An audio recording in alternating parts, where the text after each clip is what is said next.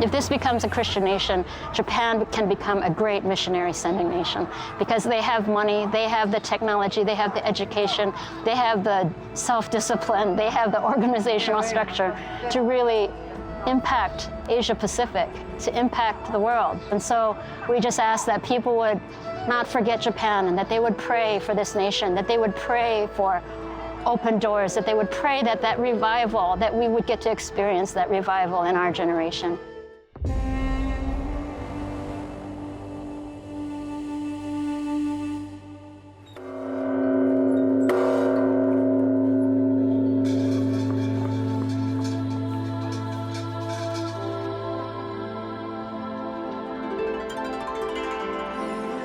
Here in Japan, most people are Buddhist and Shinto, and it's so ingrained in the culture. I mean, it's thousands of years of Japanese culture that's intertwined in Shinto and Buddhism.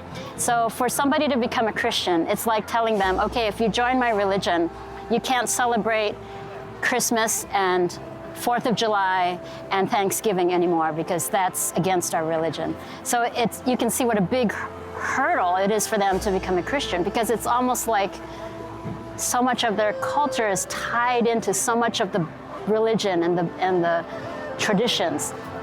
And so here in Japan, it's less than 1% Christian. Japan has never really experienced revival. Christianity first came to Japan through Catholic priests like Francis Xavier, and at that time there was great openness to the gospel. But then Japan went through the longest persecution in the history of the church, happened in Japan over maybe 300 years.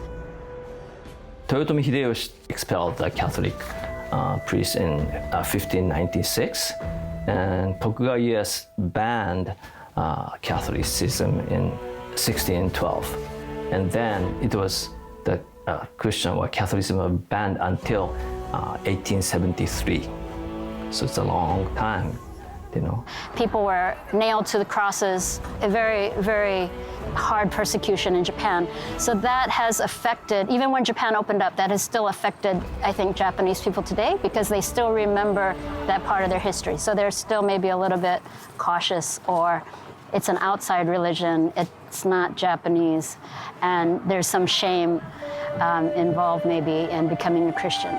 It's difficult to be a Christian in this Japanese society, but at the same time, it's a challenging and it's a meaningful to be a Christian in Japan. Some people say Japanese are like homogeneous country. It's difficult for Japanese people to accept the new things, and we emphasize, how do we call it, the unity or togetherness. So it's difficult to be different in a Japanese society.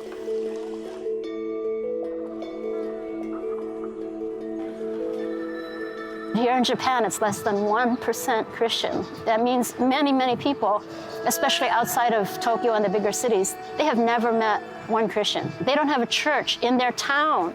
We have some cities that don't even have one church. Japan is the second largest unreached people group in the world. Millions of people that don't know Jesus. They're good people, they're kind people, but they need Jesus. It used to take years for us to see someone even come to be ready to even think about the claims of Jesus Christ, let alone become a Christian and be baptized and, come to church.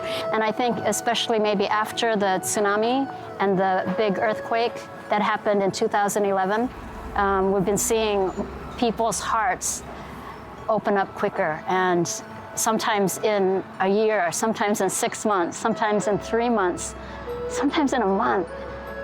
They've got it, and they're hungry, and they're seeking for the true God. So we're just really thankful that this seems to be a new era right now, a new generation.